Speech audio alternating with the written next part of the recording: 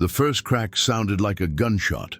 Josephine Anderson looked up from her cot on the second floor of the makeshift prison in Kansas City. She was 14 years old. She had been locked in this building for 11 days, and in exactly 6 minutes, she would be dead. But she did not know that yet. None of them knew, not the 17 other women and girls crammed into the rooms around her. Not the guards standing watch outside, not her sister Mary sleeping on the cot next to hers. All Josephine knew was that the ceiling had just made a sound it should not make. A deep, groaning crack that seemed to come from everywhere at once. She sat up. "Mary," she whispered. "Mary, did you hear that?" Her sister did not answer. She was still asleep, exhausted from another day of captivity, of uncertainty, of waiting to find out what the Union Army planned to do with them. Then came the second crack. This one was louder, closer. Josephine felt the floor beneath her shudder. Dust fell from the ceiling like snow. Somewhere below, a woman screamed. And then the world came apart. The floor tilted, the walls buckled.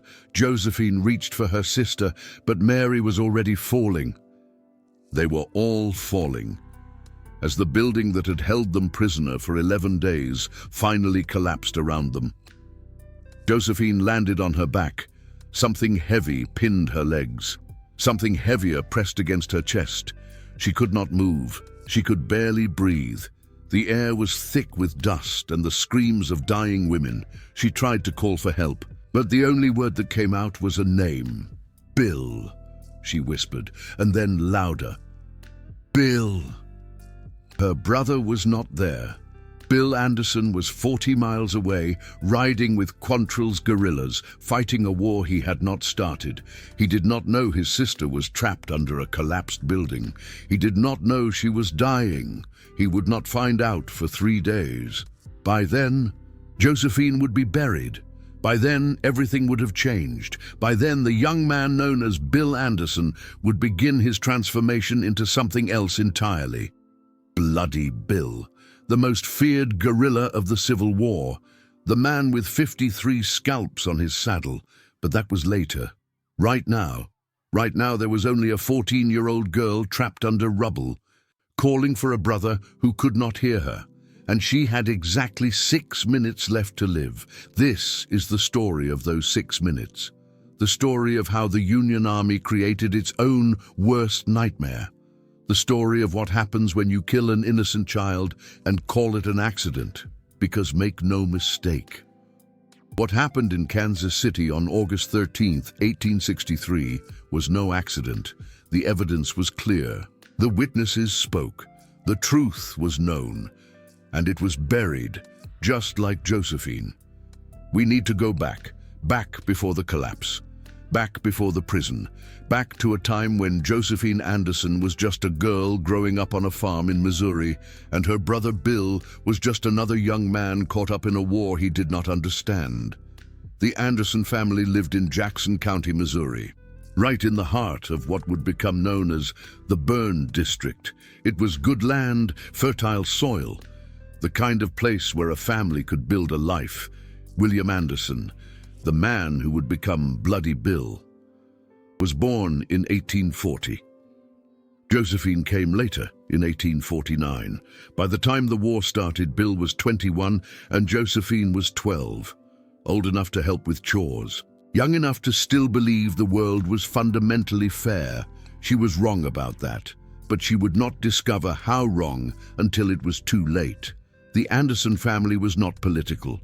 They did not own slaves. They did not particularly care about states' rights or federal authority or any of the grand abstractions that drove other men to war. They just wanted to farm their land and raise their children and be left alone. The war did not care what they wanted. Missouri in 1861 was a battleground, not the kind with neat lines of soldiers facing each other across open fields. This was guerrilla war.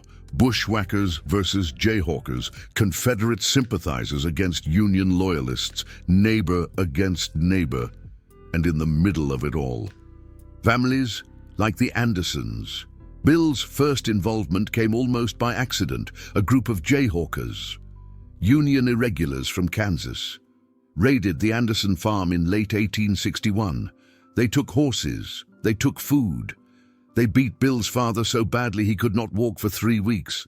Bill watched. He was 21 years old, strong, capable, and completely helpless against 6 armed men. When the Jayhawkers left, Bill helped his father to bed. He cleaned the blood from his mother's face. They had struck her too when she tried to intervene. He held his little sister Josephine while she cried, her small body shaking with fear and confusion. And something changed inside him that night. Not the full transformation. That would come later. But the first seed, the first crack in the wall between the young man he was and the monster he would become. Bill joined Quantrill's raiders 3 months later. He told his family it was for protection, told them he was doing it so the Jayhawkers would not come back, told them he would be home soon, that the war could not last forever. He was lying about that last part. He knew the war would not end quickly. He knew he might die, but he also knew that if he stayed on the farm, if he watched helplessly while armed men hurt his family again, he would lose something essential, something human. Better to fight and die than to cower and live. At least, that is what he told himself. Josephine did not understand. She was 12 years old. She just knew her brother was leaving. And that scared her more than the Jayhawkers ever had. She cried when he rode away. Bill stopped his horse at the edge of the farm, looked back at his little sister standing on the porch with tears streaming down her face, and made a promise. "I will come back," he said. "I will always come back for you." He could not know then that the promise would be impossible to keep, that by the time he tried to come back for her, she would already be gone. But we are getting ahead of ourselves. For the next 18 months, Bill Anderson fought with Quantrill. He learned to ride and shoot and kill. He discovered that he had a talent for violence, a cold efficiency that scared even his fellow guerrillas. But he was not yet Bloody Bill. Not yet the monster. He was still just a young man doing terrible things in a terrible war, waiting for it to be over so he could go home. And then, in July 1863, the Union Army decided to change the rules. Order number 10. 3 words that meant nothing to most Americans.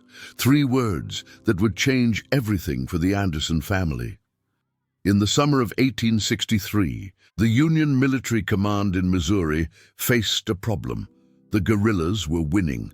Quantrill and his men were striking Union outposts at will, vanishing into the countryside before reinforcements could arrive. Traditional military tactics were useless against an enemy that refused to fight traditionally. So the Union tried something new. If you cannot catch the guerrillas themselves, go after their families. Order number 10 authorized the arrest and imprisonment of women and girls related to known Confederate guerrillas. Mothers, sisters, wives, daughters. Anyone with a family connection to the bushwhackers could be seized and held as a hostage. The official justification was intelligence gathering. Women might know where the guerrillas were hiding. They might be providing food and shelter and information. They were, according to Union command, accessories to rebellion. The real purpose was simpler, crueler. They wanted to hurt the guerrillas by hurting the people they loved. On August 2nd, 1863, Union soldiers came to the Anderson farm. Bill was not there. He was riding with Quantrill somewhere in the Ozarks. His father was dead, killed in a skirmish earlier that year. Only the women remained: Mrs. Anderson, Mary Anderson, Bill's older sister, and Josephine. The soldiers did not explain why they were there. They did not present warrants or charges or evidence. They simply ordered the women to come with them. Mrs. Anderson asked where they were being taken. "Kansas City," the officer replied. "You will be held until we decide what to do with you." "For how long?" The officer shrugged. "As long as it takes." Josephine started to cry. She was 14 years old. She had never been more than 20 miles from the farm where she was born. Now, armed soldiers were taking her away, and no one would tell her why. Mary Anderson, 20 years old, fierce and protective, tried to resist. She demanded to see documentation. She cited legal rights. She threatened to contact lawyers and politicians and anyone else who might help. The soldiers laughed. "There are no lawyers for bushwhacker families," one of them said. "Your brother made his choice. Now you pay for it." They took the women at gunpoint, loaded them onto a wagon, drove them to Kansas City without stopping for food or water. The journey took 2 days. Josephine cried for most of it. Mary held her and whispered that everything would be all right, that Bill would find them, that this was all a mistake that would be sorted out soon. Mary was lying. She knew it. But what else could she say to a 14-year-old girl being dragged to prison for crimes she did not commit? The building in Kansas City was not a real prison. It was a converted warehouse. 3 stories of crumbling brick that had been hastily repurposed to hold the growing number of women arrested under Order Number 10. By the time the Anderson women arrived, there were already 17 prisoners inside. Some had been there for weeks, some were sick, all of them were terrified. The conditions were appalling: no proper beds, no sanitation, food that was barely edible, guards who treated them like criminals instead of hostages. And the building itself. The building was falling apart. Josephine noticed it on the first day. Cracks in the walls that seemed to grow wider every time she looked. A floor that creaked and groaned under even the lightest footsteps. A ceiling that leaked when it rained and sagged in places that made her afraid to stand beneath. She mentioned it to Mary. "This place is not safe," she whispered. "It feels like it is going to fall down." Mary looked around, saw what Josephine saw, and felt a cold knot of fear form in her stomach. "It will be fine," she said. "They would not put us somewhere dangerous." But even as she said it, she did not believe it. The Union Army had already shown that it did not care about their safety. Why would they put them in a building that might collapse? Unless that was exactly the point. On August 10th, 1863, 3 days before the collapse, a civilian named Thomas James was walking past the Kansas City prison when he saw something that made him stop. Union soldiers were inside the building, not guarding the prisoners, working with tools. James watched as the soldiers removed several large wooden beams from the ground floor supports. He saw them stack the beams outside. He saw them walk away without replacing them with anything. He did not understand what he was seeing, but it bothered him enough that he told several friends about it that evening. 3 days later, when the building collapsed, Thomas James would remember what he had seen. He would try to report it to Union authorities. He would be ignored.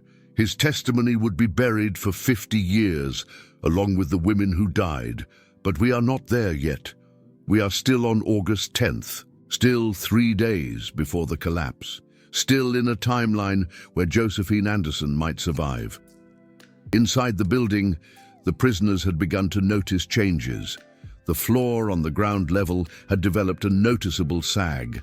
The walls seemed to lean at angles that made no architectural sense. Strange creaking sounds echoed through the structure at all hours, as if the building itself was crying out in pain.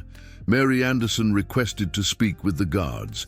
"This building is not safe," she said. "The walls are cracking. The floor is sagging. You need to move us somewhere else." The guard laughed. "You are prisoners," he said. "You do not get to make demands. This is not a demand." Mary's voice was steady, but her hands were shaking. "This is a warning. This building is going to collapse.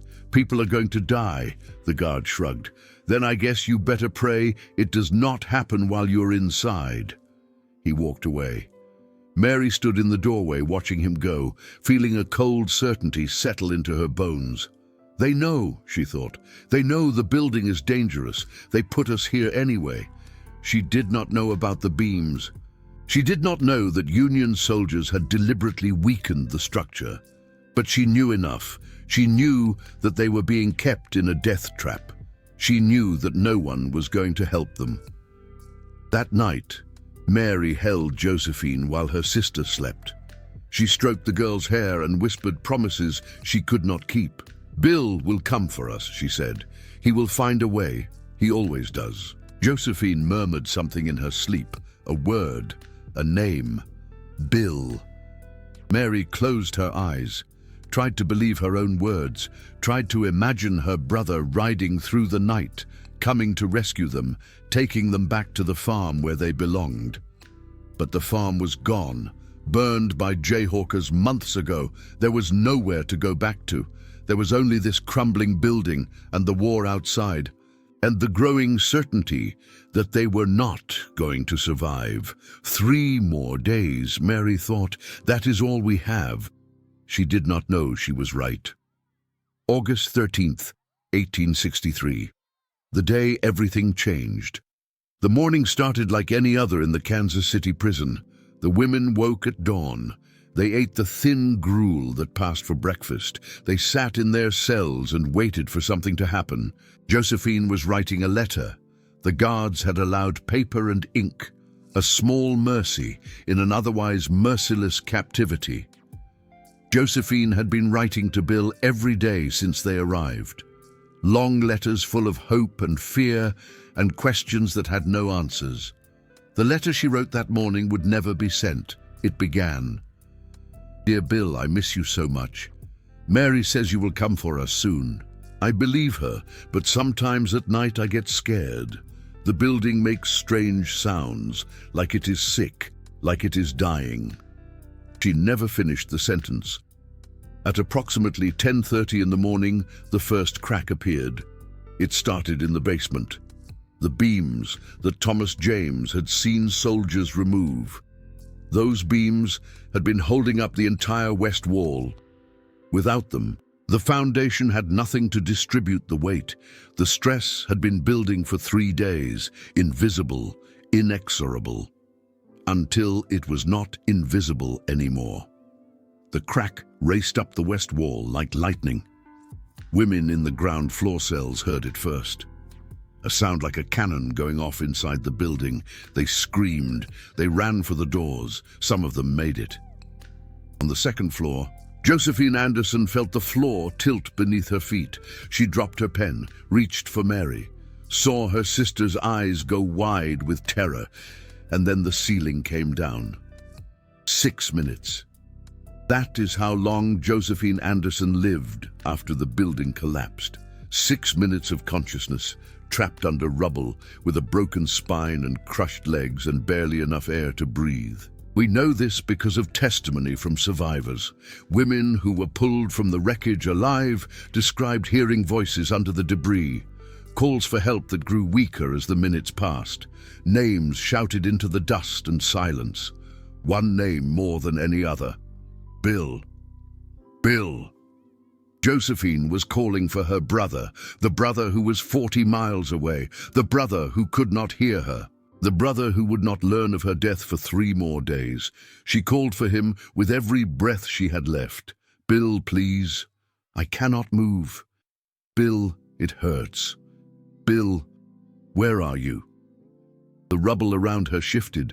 Dust fell into her eyes, her mouth, her lungs. She coughed, tasted blood. Knew with the clarity that sometimes comes at the end that she was going to die. She was 14 years old. Her last thoughts were of her brother, of the farm where she grew up, of the way Bill used to swing her in circles until she was dizzy with laughter, of the promise he made when he rode away. "I will come back for you. I will always come back for you." He was not coming back, not in time, not ever. At approximately 10:36 in the morning, 6 minutes after the first crack appeared, Josephine Anderson stopped breathing. Her body was found 3 hours later, buried under a pile of bricks that had once been the second floor. Her face was peaceful. Her eyes were closed. Her small hands were still reaching forward, as if grasping for something just out of reach. The letter she had been writing was found in the rubble nearby. Ink smeared, paper torn, but the words were still legible. "Dear Bill, I miss you so much."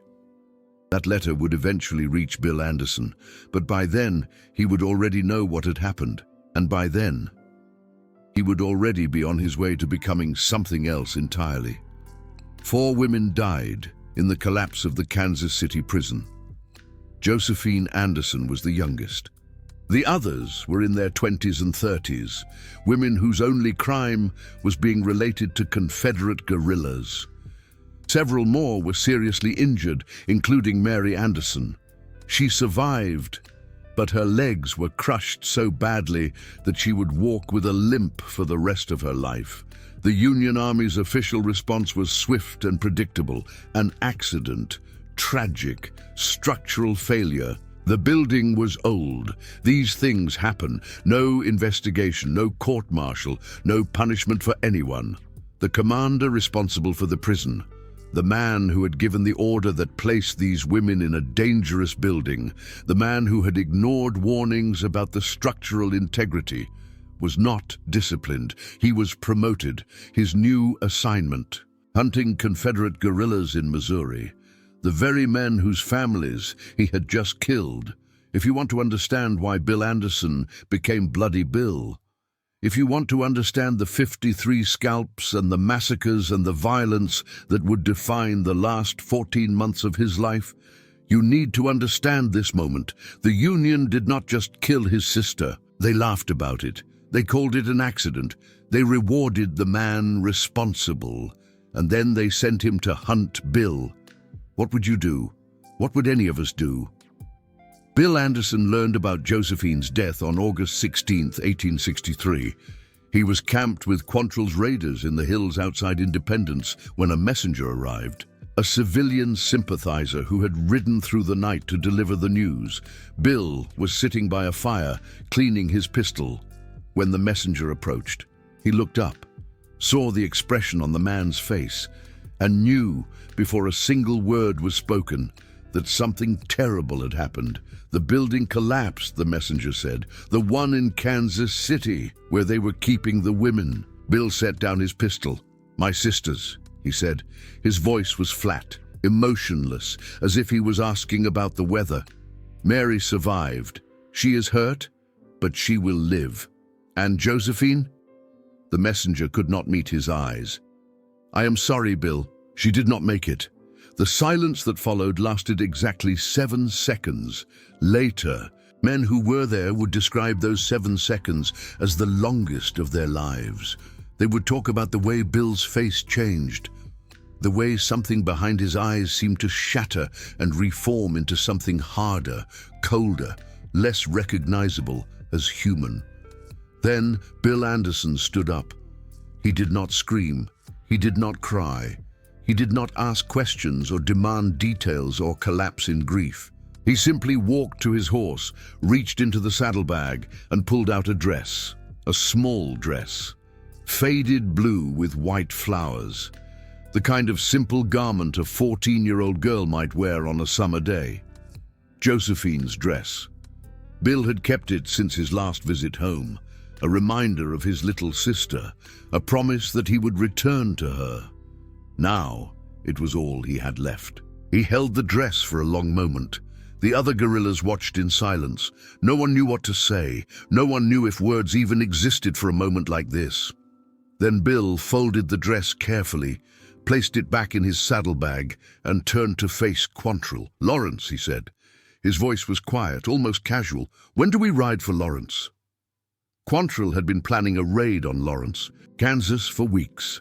It was the headquarters of the Jayhawker movement, the source of countless raids into Missouri, a symbol of everything the guerrillas hated.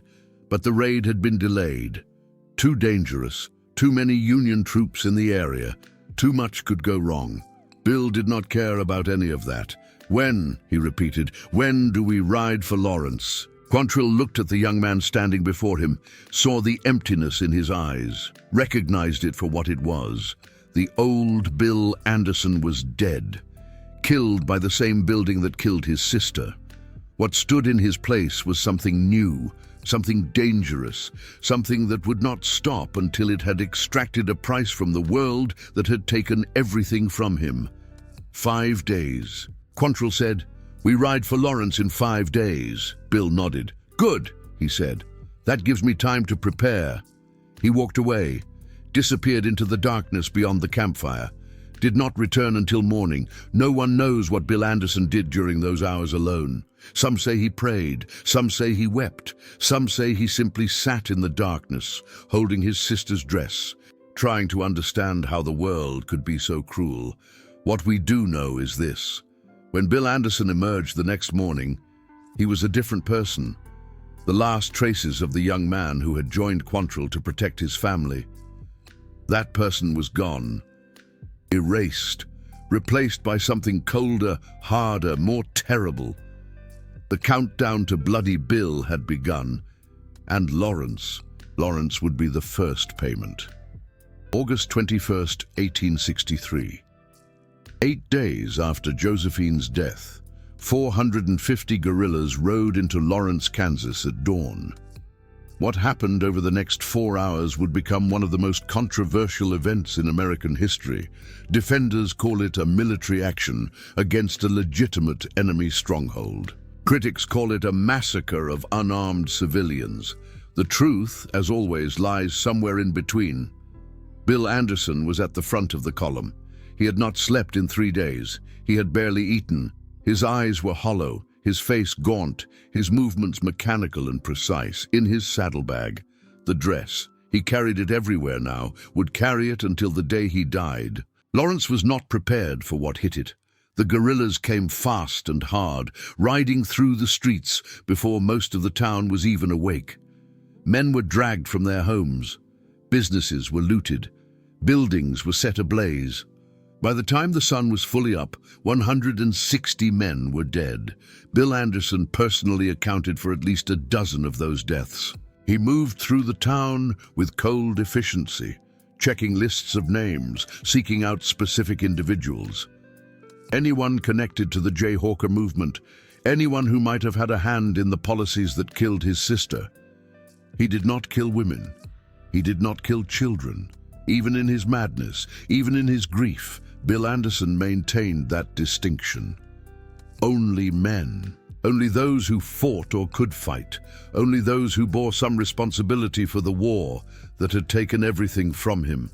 But within that category, within that narrow definition of acceptable targets, he showed no mercy. After Lawrence, the scalping began. The first one happened 3 days later. A Union scout caught alone on a road near Independence. Bill shot him through the chest, waited for him to die, and then, methodically, removed the top of his head. He did it without anger, without pleasure, without any visible emotion at all. He simply did it. And then moved on to the next one. Within 3 months, there were 53 scalps braided into his horse's saddle. 53 men, 53 lives. 53 responses to a 14-year-old girl who died calling for a brother who could not save her. The Union Army had created something they could not control, something that would haunt Missouri for the next 14 months. They had created Bloody Bill, and now we need to talk about the dress. The dress was blue, faded now, after years of hard wear and harder washing. White flowers printed on the fabric, barely visible anymore. The kind of dress a farm girl might wear to Sunday church or a summer picnic. Josephine had been wearing it the last time Bill saw her alive. That was in May of 1863, 3 months before her death. Bill had ridden home for a brief visit, risking capture to see his family one more time. The farm was already showing signs of neglect. His father was dead, the hired hands had fled, and the women were doing their best to keep things running. Josephine had run to meet him when he rode up. 14 years old, all arms and legs and wild hair, she had thrown herself at her brother with a force that nearly knocked him off his horse. "Bill, you came back. I knew you would come back." He held her for a long moment, smelled the familiar scent of hay and soap and something uniquely Josephine, felt her heart beating against his chest. "Of course I came back," he said. "I always will." She was wearing the blue dress, the one with the white flowers. He noticed because it was new, or at least new to him. She must have sewn it herself, or maybe Mary helped. It fit her well. Made her look older than 14. Made him realize that his little sister was growing up. They had 2 days together. 2 days of pretending the war did not exist, of eating meals as a family, of laughing at old jokes and remembering better times. Josephine followed Bill everywhere, asking questions about where he had been and what he had seen. He lied to her, told her stories of adventure and bravery, carefully edited to remove the blood and screaming and death, made it sound like he was playing some kind of game, not fighting a war that destroyed everyone it touched. She believed him, or at least she pretended to. On the morning he left, Josephine handed him something wrapped in brown paper. "When you miss me," she said. "So you remember." Bill opened the package. Inside was a dress, the blue one with white flowers, the same dress she was wearing. "I made another one," she explained, "so we can match. When you come home for good, we can wear them together." Bill did not know what to say. The gesture was so innocent, so pure, so completely disconnected from the reality of his life. He was a guerrilla, a killer. He wore the blood of other men on his hands, and his 14-year-old sister was giving him a dress so they could match. He folded it carefully, placed it in his saddlebag. "I will keep it safe," he said, "until I come home." That was the last time he saw Josephine alive. The last time she wore the matching dress. She was being dragged to a prison in Kansas City. Bill Anderson carried that dress for 14 months. From the day he learned of Josephine's death until the day of his own, the dress never left his saddlebag. It became as much a part of his equipment as his pistols or his horse. The guerrillas who rode with him grew used to seeing it. The blue fabric, stained now with blood that was not Josephine's. The white flowers barely visible beneath layers of dirt and violence. They never asked about it. They knew better. But they noticed something else. Something that made even hardened killers uncomfortable. Every time Bill Anderson took a prisoner, every Union soldier who surrendered instead of fighting to the death, Bill would ask the same question. "Do you know what you are wearing?" The prisoner would not understand, would stammer, would beg for mercy. Bill would pull out the dress, hold it up so the prisoner could see. "This belonged to my sister. She was 14 years old. She was wearing a dress just like this when your army killed her." The prisoner would protest, would claim innocence, would say he had nothing to do with Kansas City, with the collapse, with any of it. Bill never seemed to hear. "How old do you think she was?" he would ask. "Look at the dress, look at the size." "How old?" 14, the prisoner would finally say. She was 14. Bill would nod, fold the dress carefully, put it away. And then, the scalping did not always follow. Sometimes Bill let prisoners go. Sometimes he executed them quickly, without ceremony. There was no pattern that anyone could discern, no way to predict whether mercy or violence would come next. But the question never changed. How old was she? 14. How old was she? 14. How old was she? 53 times Bill Anderson asked that question. 53 times a Union soldier looked at a small blue dress and answered. 53 times. Bill nodded and folded the fabric and put it away. And 53 times someone died. It was not justice. Bill Anderson knew that. Justice would have meant the man who ordered those beams removed. Justice would have meant the commander who ignored the warnings. Justice would have meant the system that imprisoned innocent girls and called it military necessity. But those men were protected. Those men were promoted. Those men would never answer for what they had done. So Bill Anderson made others answer instead. The innocent paying for the guilty. The soldiers paying for their commanders. Death spreading outward in ripples from a collapsed building in Kansas City. This is what vengeance looks like. This is what happens when justice is denied. This is the legacy of Josephine Anderson. Remember Thomas James, the civilian who saw Union soldiers removing the support beams 3 days before the collapse? His story is one of the strangest details of the entire Kansas City disaster. A detail that was buried for half a century, only to emerge when it was too late to matter. Thomas James was 34 years old in 1863, a carpenter by trade, which is why he noticed the beams in the first place. He knew what they were. He knew what would happen if they were removed, but he did not report it, not immediately, not to anyone who could stop it. He told friends at a tavern that evening, mentioned that he had seen something strange, asked if anyone knew why soldiers would be weakening a building that housed prisoners. No one had answers. The conversation moved on to other topics. Thomas James went home and forgot about it. 3 days later, when the building collapsed, he remembered. He tried to report what he had seen to Union authorities, wrote letters, requested meetings, tried to get someone, anyone, to investigate whether the collapse had been deliberate. He was ignored.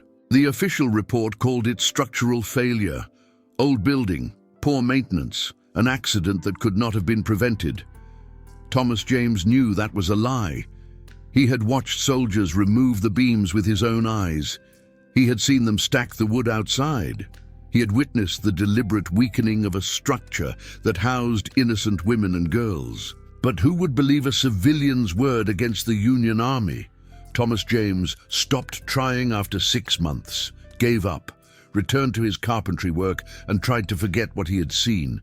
He never forgot. 47 years later, in 1910, Thomas James was dying of pneumonia in a Kansas City hospital. He was 81 years old. He had outlived the Civil War by nearly half a century. He had watched Missouri heal and rebuild and pretend the horrors of the 1860s had never happened. But on his deathbed, with nothing left to lose, Thomas James called for a priest. He did not want absolution. He wanted confession. For 47 years, he said, I have carried a secret. I watched them weaken that building. I saw them remove the beams. I knew it was going to fall, and I did nothing. Those girls died, and I did nothing. The priest listened, wrote it down, promised to make the confession public after James died. And he did. Thomas James's deathbed statement was published in a Kansas City newspaper in April 1910. It confirmed what many had suspected for decades, that the collapse of the women's prison was not an accident, that Union soldiers had deliberately sabotaged the structure, that the deaths of Josephine Anderson and 3 other women had been, if not murder, then something very close to it. By then, everyone involved was dead. Bill Anderson, the commander who ordered the beams removed, the soldiers who carried out the orders, all of them gone, but the truth survived. And maybe that matters. Maybe knowing the truth, even when it cannot change anything, has value. Maybe understanding how Josephine Anderson really died helps us understand why Bill Anderson became what he became. Or maybe it just adds another layer of tragedy to a story that already has too many. The commander who ordered those beams removed, the man responsible for Josephine's death, his name has been lost to history. That sounds strange, given how much we know about other aspects of this story. We know the names of the women who died. We know the names of the guerrillas who avenged them. We know the dates and places and details. But the commander, the man who gave the order, his identity was deliberately obscured. What we do know is this. He was promoted after the collapse, given a new command, assigned to hunt Confederate guerrillas in Missouri.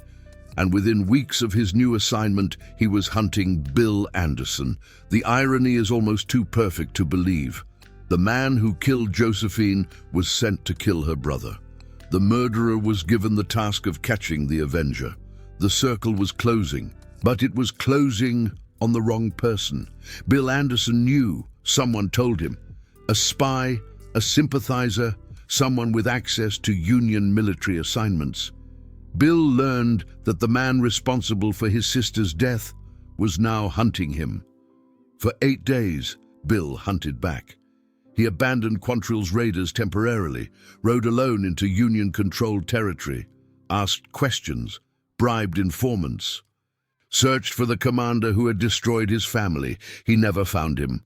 The commander was reassigned before Bill could track him down, sent to another theater of the war, far from Missouri and far from vengeance. Bill returned to the guerrillas empty-handed, but something had changed. Before, the violence had been almost random. Bill killed Union soldiers because they were the enemy, because that was what guerrillas did, because the war demanded it. After the 8-day hunt, the violence became personal. Bill started asking every prisoner, every Union soldier he encountered, the same questions. Where is your commander? What is his name? Who ordered you here? He was still searching, still hunting, still trying to find the man who had killed his sister. He never did. 14 months later, Bill Anderson died in an ambush near Albany, Missouri. 2 bullets to the head, 2 to the chest, the dress still in his saddlebag, the hunt still incomplete. The commander lived. We do not know when he died or where he was buried. We do not know if he ever felt remorse for what he had done. We do not know if he ever learned that one of his victims was the sister of Missouri's most feared guerrilla. History has its own sense of justice. Sometimes the guilty escape, sometimes the innocent suffer, sometimes the scales never balance. This is one of those times. But there is one more chapter to this story, one more consequence of that collapsed building in Kansas City. Jesse James. Yes, that Jesse James, the outlaw, the bank robber, the legend who would terrorize the American West for 2 decades after the war ended. In August 1863, Jesse James was 16 years old. A boy, really, tall and thin, with pale blue eyes and a quiet disposition that hid something darker underneath. He had joined Quantrill's raiders a few months earlier, following his older brother Frank into the guerrilla war. Jesse looked up to the older guerrillas, watched them, learned from them. But there was one man he admired more than any other, Bill Anderson. Even before Josephine's death, Jesse had been drawn to Bill. There was something about the man, a coldness, a focus, a complete absence of hesitation, that fascinated the young guerrilla. Bill Anderson did not seem to feel fear. He did not seem to feel doubt. He simply acted with a precision that was almost mechanical. Jesse wanted to be like that. After Kansas City, after the news of Josephine's death reached the camp, Jesse watched Bill's transformation with a mixture of horror and admiration. He saw the older man withdraw into himself, saw the light go out of his eyes, saw something new take its place, something harder, darker, more dangerous, and he learned. At Lawrence, Jesse rode beside Bill Anderson. He was 16 years old and he killed for the first time that day. Not one man, several. He moved through the burning town like a shadow, doing exactly what Bill taught him to do. Strike fast, show no mercy, make them fear you. After Lawrence, Jesse stayed close to Bill. He watched the scalping begin. He watched Bill ask the same question of every prisoner. He watched the dress come out of the saddlebag again and again, as Bill sought some kind of answer that would never come. Jesse did not judge. Jesse did not question. Jesse simply watched and learned and filed everything away for later. How old was she? 14. Jesse would remember that, would remember the power of a personal grievance turned into something larger, would remember that revenge could be a religion if you believed in it hard enough. When Bill Anderson died in October 1864, Jesse James was 17. He had been riding with Bloody Bill for over a year. He had killed more men than he could count. He had seen things that would have broken most people, but Jesse was not most people. Jesse had been shaped by Bill Anderson's example, forged in the fire of Josephine's death, even though he had never met the girl. After the war, Jesse turned that training to a new purpose. Banks, trains, stagecoaches, the same tactics Bill had used against Union soldiers. The surprise attack, the brutal efficiency, the complete disregard for fear. Jesse used against the institutions of Reconstruction. Some historians argue that Jesse James was avenging the Confederacy. Others say he was simply a criminal who used politics as an excuse. But perhaps the truth is simpler. Perhaps Jesse James was still doing what Bill Anderson taught him, still riding, still striking, still refusing to stop, because that is what Bill told him on the last day they ever spoke. "Do not stop," Bill said, "never stop. The moment you stop, they win." Jesse James never stopped, not until he was shot in the back of the head by Bob Ford in 1882, 17 years after Bill Anderson died. 19 years after Josephine. The legacy of that collapsed building in Kansas City stretched far beyond Missouri, far beyond the Civil War. It echoed through decades of American history, shaping outlaws and legends, creating myths that still endure today, all because a 14-year-old girl called for her brother, and her brother spent the rest of his short life trying to answer. We should talk about how Bill Anderson died, October 26, 1864, 14 months after Josephine, 14 months of killing and scalping and asking the same question over and over. How old was she? 14. Bill knew they were hunting him. The Union had made him a priority.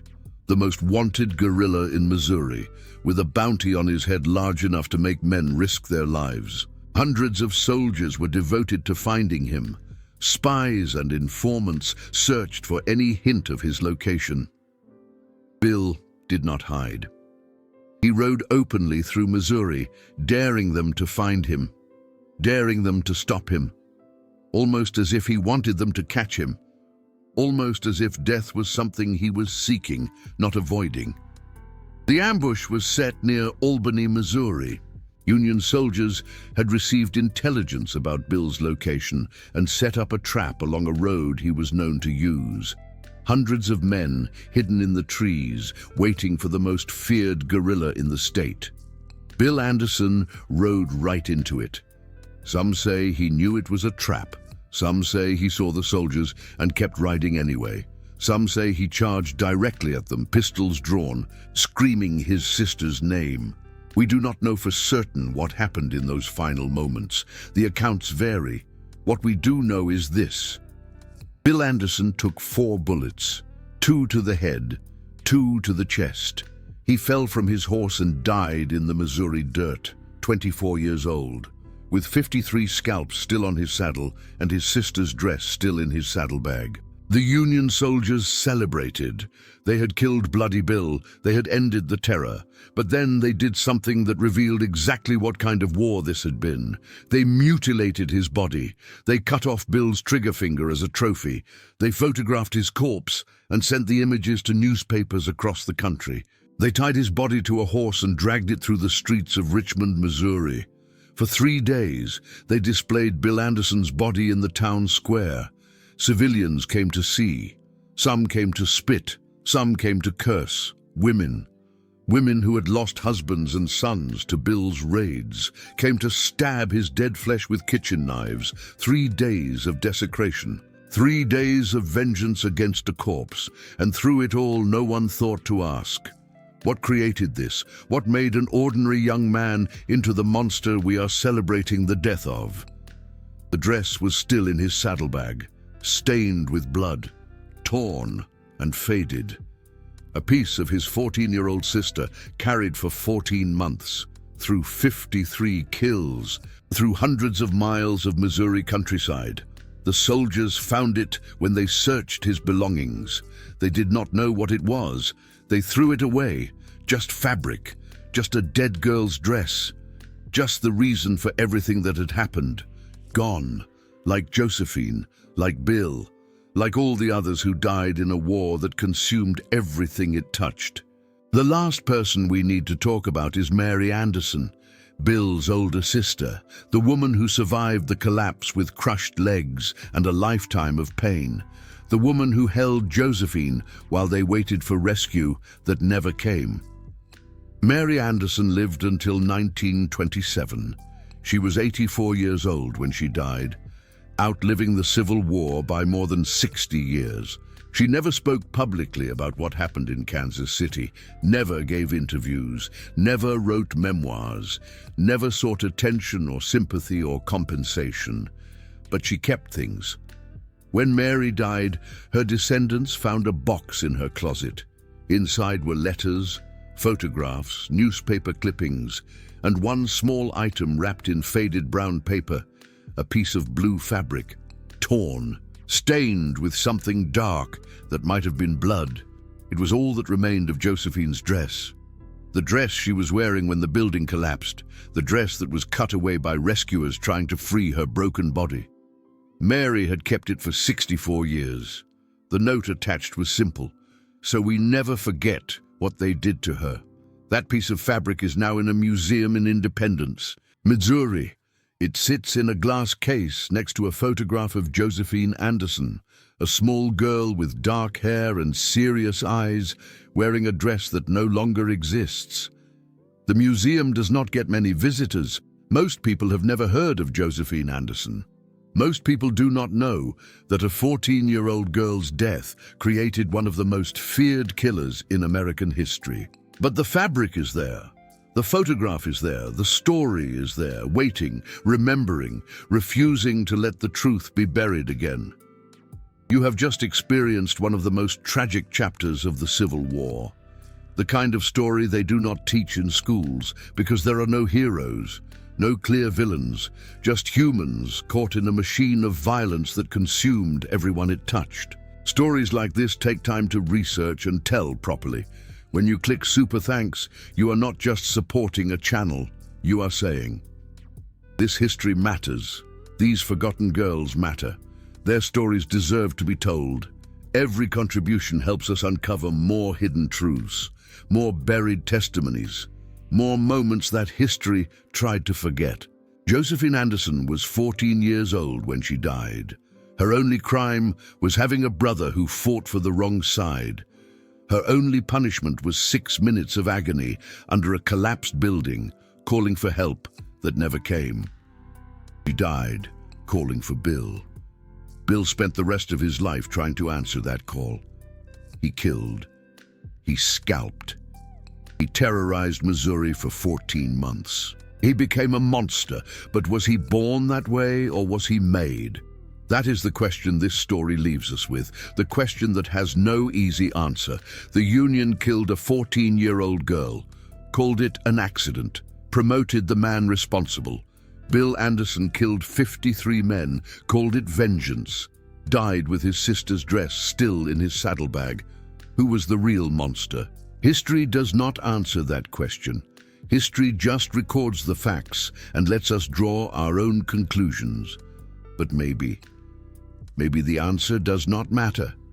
Maybe what matters is that we remember, that we tell the stories of the forgotten dead, that we refuse to let their suffering be erased by time and convenience. Josephine Anderson lived 14 years. She loved her brother. She was afraid of the dark. She made a dress so they could match when he came home.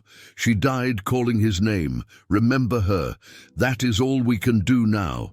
That is all any of us can do for the victims of a war that ended 160 years ago. Remember them, and maybe, just maybe, learn something from their suffering, because the violence did not end with the Civil War. It echoes still.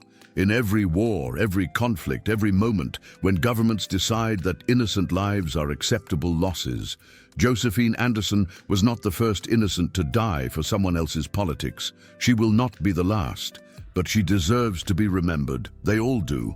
6 minutes, 14 years old, a dress with white flowers, that is her story. There is a place in Kansas City where the prison once stood.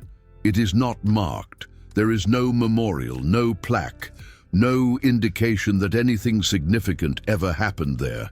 Just a patch of urban landscape, surrounded by modern buildings and paved roads, as anonymous as any other corner of the city. The building collapsed in 1863. The rubble was cleared away. Something new was built in its place. Time moved on, but the ground remembers.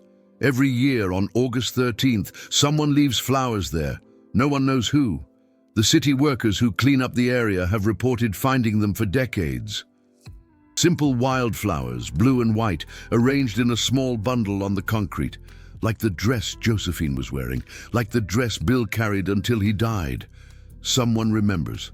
Someone, somewhere, knows what happened on this spot 160 years ago, knows that 4 women died here, knows that one of them was 14 years old, knows that her death created one of the most feared killers in American history. And every year, on the anniversary, they come to say, "We have not forgotten. We do not know who leaves the flowers. We do not know if they are descendants of the Anderson family or historians who know the story, or just someone who read about it once and felt something they could not explain. It does not matter who they are. What matters is that they remember, because that is all any of us can do.